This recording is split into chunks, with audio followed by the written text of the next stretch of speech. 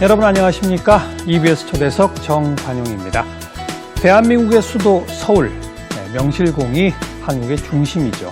근데 이 서울을 전문적으로 연구하는 서울학이라고 하는 학문이 있다는 거 여러분 알고 계셨습니까? 또 이 서울학 가운데서도 서울정치학으로 국내 최초 박사학위를 받으신 분이 또 계십니다. 그래서 오늘 좀 모셨어요. 현재 서울도시문화연구원 원장을 맡고 계신 노주석 원장을 초대했습니다. 어서 오십시오, 원장님. 네, 반갑습니다. 네. 안녕하세요. 서울학과가 있나요? 대학 중에?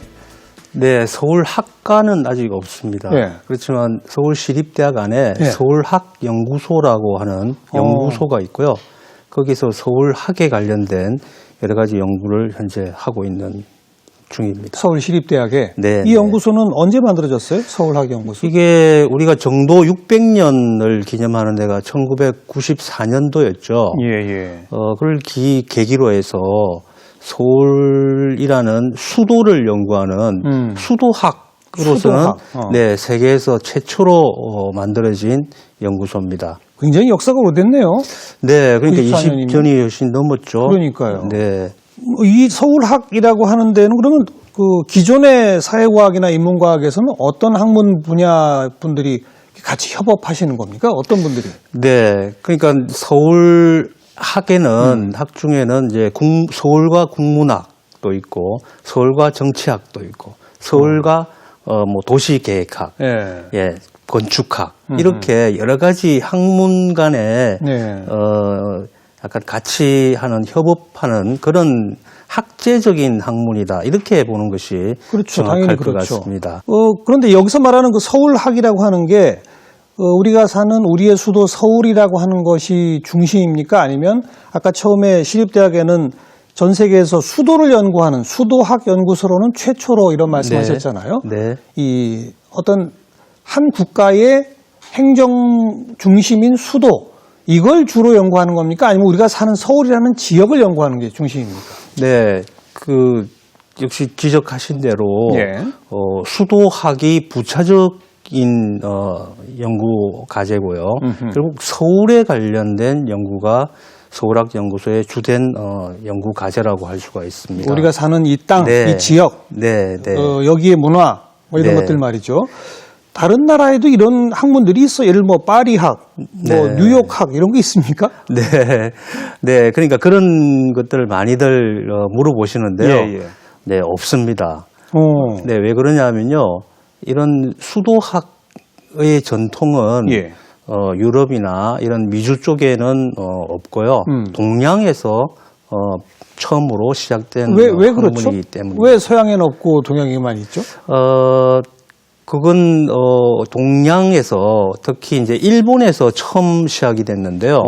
일본에 이제 도쿄를 연구하는 예. 에도학이라는 것이 1989년도에 처음으로 시작이 됐습니다. 지금의 도쿄가 옛날 에도였으니까. 네. 근데 이제 우리가 수도학으로서의 세계 최초라고 하는 것은 에도학은 학문적인 경지에서 연구한 것이 아니고 그 동호회 비슷한 그런 차원에서 연구를 한 것이고요. 예. 서울은 지역이라기보다 사실은 하나의 중앙. 중앙이었죠.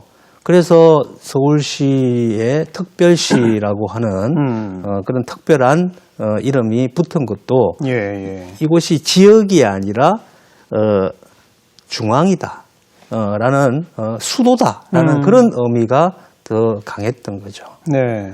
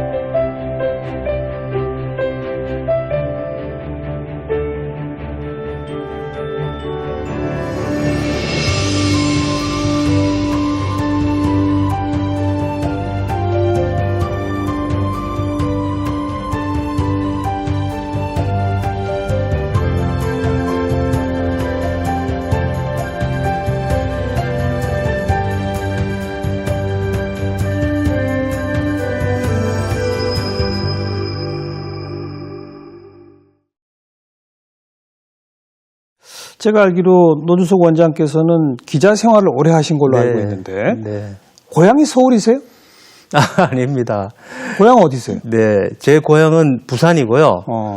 사투리가 부산에서- 조금 아직 남아 계시네요. 네, 좀 있습니다. 네. 그래서 서울에 올라온 지 지금 한 37년 정도 되었습니다. 그럼 대학 들어오시면서 서울로? 네, 네.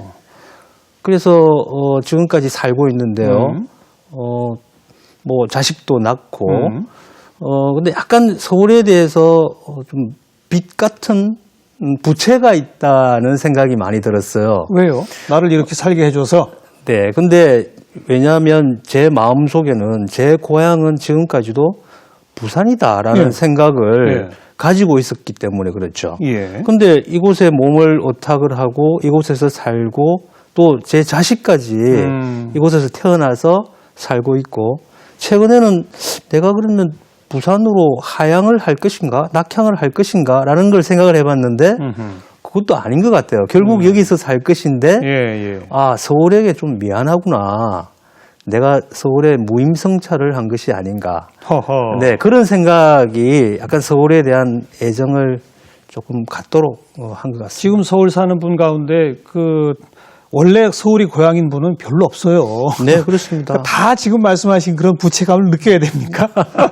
그건 아닙니다. 아, 예. 네, 근데 서울 토박이라고 하죠. 네. 서울 토박이를 조사한 게 굉장히 오래됐는데 2005년도 조사밖에 없더라고요. 예. 2005년도에 서울에 3대째 이상 살고 있는 사람으로 조사를 하니까 서울 인구 1,000만 명에 5%가 안 되는 4.9%밖에 안 되더라고요. 예. 근데 아마 지금 10년이 넘었으니까 지금은 더 줄었겠죠. 훨씬 더 많이 줄었을 겁니다.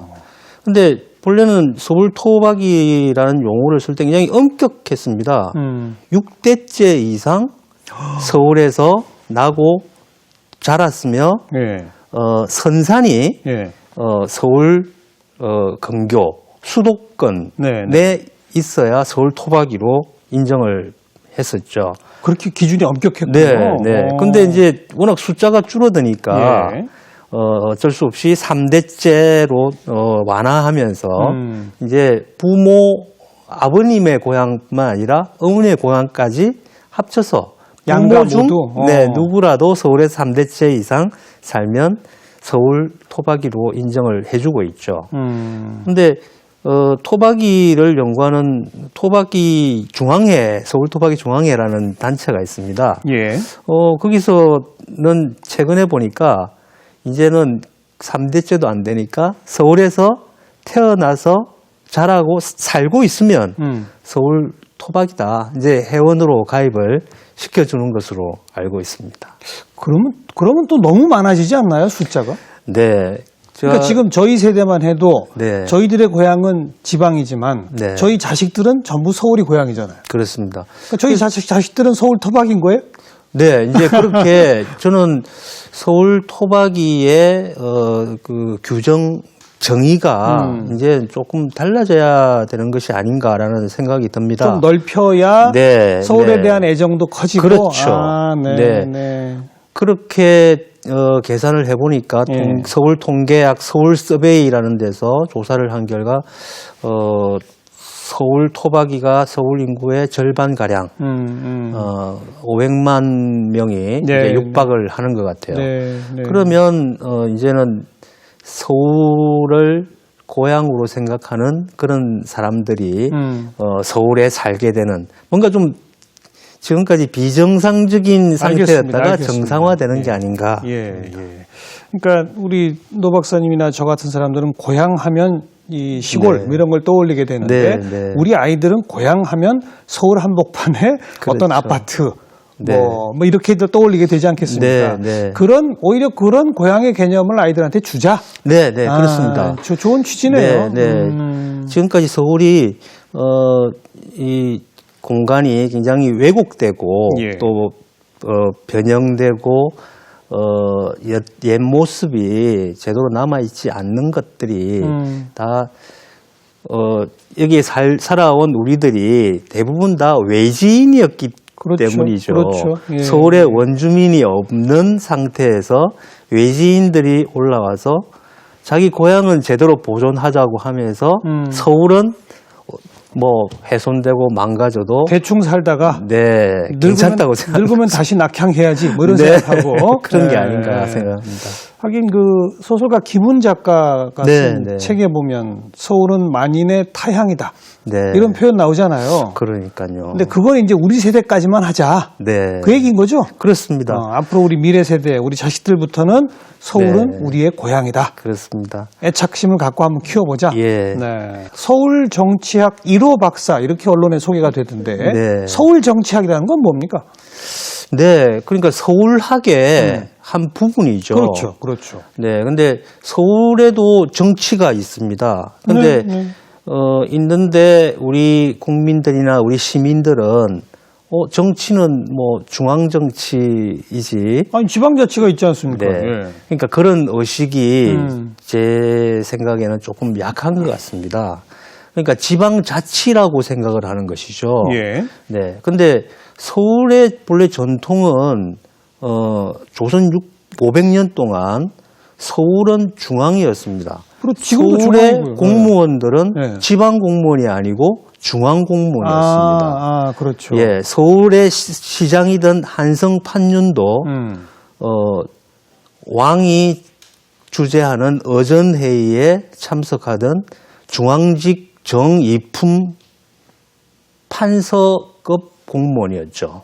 지금 서울시장도 국무회의에 참석합니다. 그 전통 때문에 참여하는 겁니다. 원래 어느 나라도 파리 시장이나 뉴욕 시장도 그런 국무회의에는 참석하지 않죠. 그렇지만 세계에서 유일하게 서울시장만 국무회의에 참석하는 겁니다. 그것이 바로 그 전통 때문에 그런 것이죠.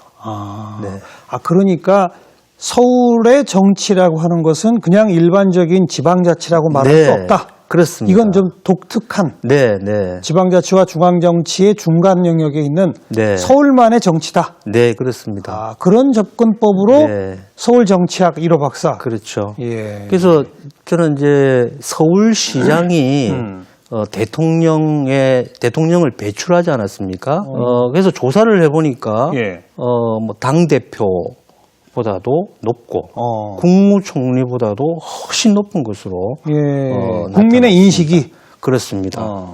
하긴 지금도 서울시장 뭐 전직 서울시장이라 하더라도 다 대선 주자 반열엔 이미 올라가 있는 거 아니겠습니까? 그러니까요. 바로 그런 거군요. 그래서 우리가 이제 프랑스 파리와 서울이 유사하다고 봅니다. 중앙 집권적인 이런 그 체제가 굉장히 강한 나라고 도시였기 때문에요. 그래서 사실은 파리의 시락 그 파리 시장이 대통령이 된 것이 시장이 대통령이 된 최초의 케이스입니다. 전 세계에서? 그렇습니까? 그러니까 사회주의 국가에서는 옐친 모스코바 시장이 러시아 대통령이 되었지만 그건 좀 다른 케이스라고 보는 것이죠. 자본주의 국가에서 선거로 뽑힌 최초의 시장 출신 대통령이 파리에서 배출이 된 것이죠. 시라크. 그래서 우리가 두 번째입니다. 서울이. 그래요. 그러네요. 미국 대통령들은 다 시장이 아니라 주지사 출신들이죠. 주지사 출신이죠. 그래서 지금은 이제 시장이 대통령이 될 수 있는 그런 시대가 된 것이죠. 알겠습니다. 이제 이렇게 해서 서울학이란 무엇인가, 또 우리 노 박사님이 하신 서울 정치학이란 무엇인가, 지금 이제 개괄적으로 우리가 소개를 받았으니까 이제 좀 본격적으로 공부 좀 하겠습니다. 서울에 대해서 말이죠.